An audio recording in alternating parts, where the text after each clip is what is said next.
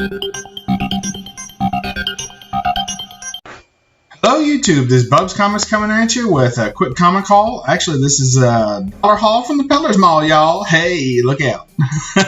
So, what we have going on here is that I fell off the wagon, as they say. As you know, I've been picking up just on a real big key hunt lately and just filling out my collection and making it something I'm really proud of. So, but in part of that, there's some runs that I was looking to fill in, but this isn't even part of that. This is just, I went to the Peddler's Mall, had a little extra time at lunch, could not help myself, and I picked up a few books that I like. The way that I look at it is, I've been making this switch, so I'm going to talk about this some. It's a little bit of a review haul as well. I'm making this switch to Mylar, and or to mostly kind of Mylar, whatever. So the company actually, shout out to Bueller's Comics, or Comics with Bueller, is that he is, you know, affiliated or whatever. He has like a coupon code or whatever you want to call it with Max Pro.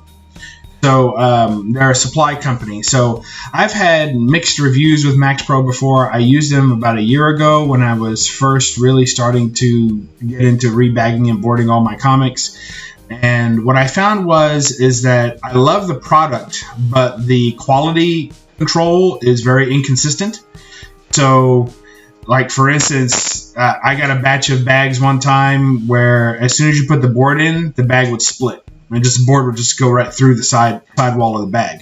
So that was about useless. But they're cheap, so you get what you pay for, I think, when it comes to that. Then they have these Max lights, which are kind of like my lights, right? So they're not exactly Mylar, but they're a type. They're also inert and acid-free and all that good stuff.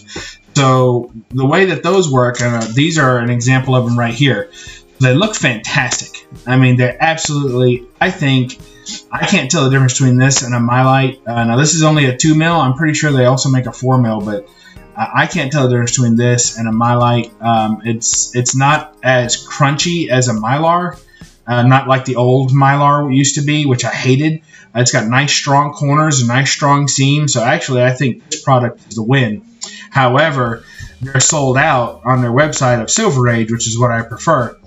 And so I've gone, you know, secondary market and picked up several bags of the Silver Age ones. Well, the issue with that is that they, again, have quality control issues where these bags, when you buy them, you get like less than half the bags that I've purchased so far, and I've purchased 600 of these bags, and less than half the bags, so I'd say probably about 100 to 200 of them were actually the correct size.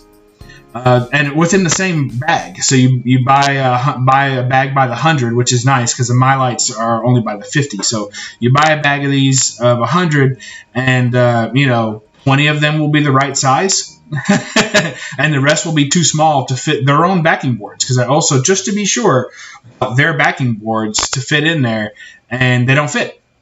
And this is, like I said, this is kind of an ongoing issue that I've had with the company before. That, you know, they make the product and they get it out there, and it's definitely a good price, but it just doesn't fit. So, you know, we're not here to bash them in any way whatsoever. I'm still buying them, and I'm still enjoying them, and they look absolutely fantastic. But what I've had to do is get a different size board. So this is Silver Age. The bag, I think, is supposed to be 7 1/8. But what they're doing is that they're cutting the bags right at 7. A lot of the bags are cut right at 7 on the interior size, and some of them are a little less than that, like 6 17/18 or whatever. So that really, when you have a 7, and the boards are always the same size, so when you have a 7-inch board, Silver Age board, it's just not going to fit in there. You'll end up ripping the bag, or you'll get a wave in it because it's too tight. So, but BCW makes a board that's called a regular, and it is 6 7/8. And for the majority of the time, you can push that board fitting from 20% to about 90% with a 6 7/8 board. So that's been my solution. Every now and then I'll show you a couple where it doesn't fit, but this was one where it fit. In fact, the first batch I had got was fit pretty good. So here you go, Avengers 221. That's not a pickup. I'm just showing these in the background so I could show off the Mylite, or the Max Light rather. just look super clear. I use a gift wrap tape. Scotch makes a gift wrap tape that's almost invisible. So I use that on there. I've been thinking about moving to their drywall tape, which is kind of like painter's tape, but it's more clear. But I'll let you know if I make that switch anytime soon. So first up in the haul, we have King Size Annual X-Men number 5. So I just couldn't pass this up. Again, these were all dollar books, but when I saw them, I just had to have them. They're in good condition. So, and here you have a team up with the X-Men and the Fantastic Four, which I really like. And there's, of course, Wolverine setting the stage for awesome there with his full swipe. So love this book, love this cover. It just looks really cool. And I've been picking up a lot of X-Men this year, and that's a book I would not have thought to pick up if I hadn't seen it in person, because it just looks too awesome. Next we have, anytime I see great artists in the dollar bin, I usually try and rescue them, because, you know, my collection isn't just of keys. Because keys, generally, a key will be, it could be a classic cover, like, you know, Batman 251 or something like that. But most of the time, a key will be something that's involved in the story. So for me, on the cover art side, if I see a great cover artist, I don't leave them in the dollar bin unless I already have it. So here's Justice number 1 by Alex Ross. It's an amazing cover. Look at how that Maxlight shined with that. I'm telling you guys, these bags are absolutely beautiful. If you can find a way around the quality issues like I did and just deal with it. You know, I'm a low-grade comic collector, so you know I care about saving money. I don't like to blow a bunch of money on bags and boards, but I want my stuff to look great. So if I can find a compromise with a cheaper product when the results are this good, then I'm all about it. So this is one that fit, right? So there's 2 right in a row that fit. Here's one that didn't fit. So here is the Mighty Thor 366. I couldn't pass up a Throg appearance. So there's Frog Thor. Looks absolutely fantastic.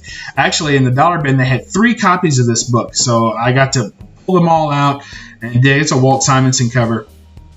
And dig through. They had a newsstand, which I much prefer to this little, you know, Mjolnir here. They had a newsstand, but I didn't get the newsstand because the condition of the book was so rough.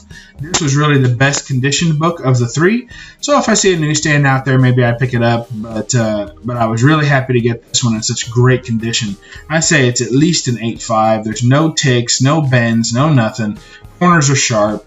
Nice, well-centered. It's a pretty nice book. And the other ones just weren't as nice. So if you see here, on the edging, this actually has a current size board because this bag was so tight. This is one of the ones that wouldn't even fit a 6 7/8 board. That's how tight this bag was. So this was, I don't know if they're accidentally slipping in current size bags in with their silver size bags. I have no idea. But and sometimes they'll be cut really funny. Like sometimes they'll be wider at the top and then they'll taper in at the bottom. So you get a bag halfway in and it won't go any further. So stuff like that going on too. So really just I've worked in manufacturing before and plant you know, supervising manufacturing plants to the degree of quality before, and I can tell you that that's just a matter of machines. So you know, basically they have, you know, the machine needs work or the machine needs tuning, and every now and then they're pumping out a batch of bags that just are not correct. And then quality control must not be there either because they're pumping out a lot of them. So, but again, it's a trade-off. So for the price, I'm not knocking it at all, and I'm definitely a customer. And if they can keep their price where it is, I'll work around it. So, but this is a current size board in what they're calling a silver size bag. So you can see that extra piece that doesn't have a board in it on both sides. Now the board is enough to cover the bag, or to cover the comic. You don't see it coming out on either side. And these corners are fairly strong too. So I don't worry about, normally I get the Silver Age boards and bags because I want a little extra protection for the comic. But these corners are very strong and very hard. So now if you drop them, they will pop a seam a little bit, but they don't damage the book. Trust me, I've dropped a few. And doing 600 bag conversions over the last 2 weeks, I've dropped several of them. So a bit of a butterfingers on that. All right, next we have another one that fit properly, and this is Batman 497. This is the Breaking of the Bat, and this is a first print. So this book, easily 9.6, maybe a 9.8. It's so flat. People complain all the time that CGC won't hand out 9/8. They're getting stingy with 9/8 lately, it seems. And my feeling is that that's a reaction to the amount of pressing that's going on. For instance, if you turn in a Secret Wars #8 or a ASM 300, any book that's in the top 10 books that are graded by CGC every month. So in other words, they're seeing tons of these books. They're seeing 100 of these books a week, that are getting sent in for grading. They're going to start getting pickier and pickier with those. And there's so many people now with press-at-home kits. You can buy them on eBay for like $110. And there's so many people now with press-at-home kits sending off to get pressing from Instagram and other YouTubers and, stuff like that. And then there's people that are sending them in to CGC and getting their press work done. And if you submit like 15 or more books to CGC, you can get a press for like $5. So it's definitely the cheapest way to get your books pressed, and they know it's been pressed. So I don't know if that factors in at all. Who knows? But maybe a little pay-to-win situation going on there with CGC. They've had an issue with that in the past. So I think what happens is that they're seeing so many books that are pressed. That's become the new normal for a 9.8. A book has to be completely flat, completely pressed. Even books that are fresh off the presses, by the time they get to the comic shop and by the time they get to you, are not flat enough for a 9.8, it seems. So anyway, that's my feeling. So when you're talking about the condition of the book, most people don't talk about how flat the book is and how there's no air in the book. Usually if you buy a book and they say unread or something like that, then it usually is. But on this edge here, you'll get a couple of spine creases and things once that spine's been cracked and opened. It's very small, but you'll see it, and they look for that. So when you're sending in a book to CGC, if you think it looks like a 9.8, lay it down on a table, see how flat it is, and I bet you if it's not perfectly flat, like pressed flat, then it's only going to get a 9.6. So just a little submission tip for you there. So here you go. This is a kind of a key, not key. Back in the day, it was a bigger key because we didn't know what was going to happen. Bane breaking Batman's bat has been retold in cartoons and movies and everything else. So pretty cool, pretty cool storyline. I guess it's a key. This book probably goes for anywhere from $15 to $20 in near mint condition, and I picked it up for $1. So if I were to sell it, pay for the whole haul. But there you go. I didn't have a copy of this. I've had a copy come through my collection before, but it wasn't a high grade, and it was a first print. But I really like this first print. Looks awesome, and I like the flap that they had on that print because the other ones didn't have that. And then here's an interesting one. Here is Batman and Other DC Classics #1 by DC. So what's funny about this one to me is that this one also didn't fit. If you can see, there's a little bit of clear there, a little bit of clear there on the other side too. But you can also see from the back that the comic is not showing on either side. So as long as the comic's not showing on either side, that's a win. And the corner, very hard corner. So I'm good with that. So this is another one that was so tight that it only fit a current board. And you can hold these up together. So the one behind it fit a Silver Age board. This one fit a Current Age board. And look at that. You see that? I mean, that's not even close. That's not even close. That's nowhere near the right size. So they have really got some quality issues over there, but I'm going to work through it. My recommendation is the regular size boards from BCW. Most of the time, they will fit in this bag. So go for that.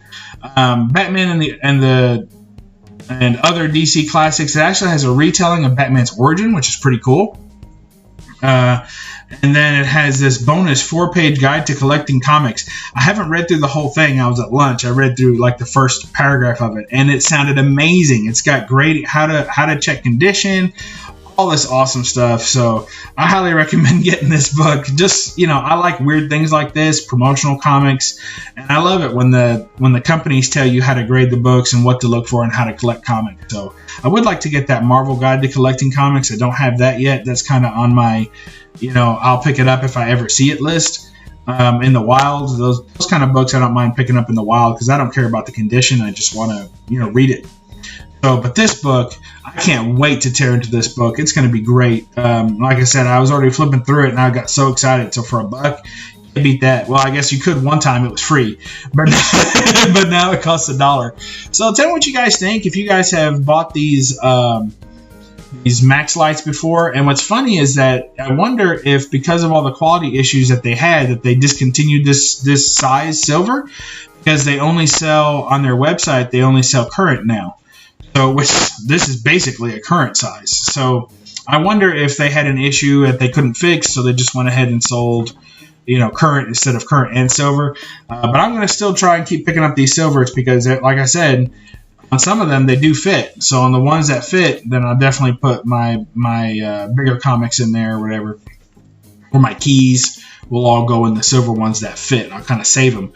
It takes a little extra time because every single bag I checked, and I had to recheck to see if a board would fit in there. So it's a little extra effort, but for saving money, I'm worth putting in the effort. So there you go. So Batman and the Other DC Classes featuring 1948 Origin of Batman. Just super cool. A super cool book. So normally I leave you with a book in the end, but honestly, I like this one the best, so I'm just going to leave that one. All right, you all. Sorry this one ran a little longer than it would for a non-key pickup. I guess this one's kind of a key, but, there's my little Maxlite review, and hope you all enjoyed that. And again, for the price, they're definitely worth it. And there's some dollar books I picked up, and my feeling is that if it's worthy of putting in a Mylar bag, especially at this price, then I'll pick it up at the Peddler's Mall dollar bin. But if it's not, I leave it behind. And even though I felt like I fell off the wagon picking all these up, because what I get 5 or so, I really didn't, because I think they're pretty cool books for $1 a piece. And I left behind, I had a stack of like 25 books that the old me would have bought with no problem. So I was glad to at least be able to get down to 5. So there you go. All right, y'all. Happy bin diving and happy collecting. And when you get done with all that, crack one open and read it. Thanks. Bye.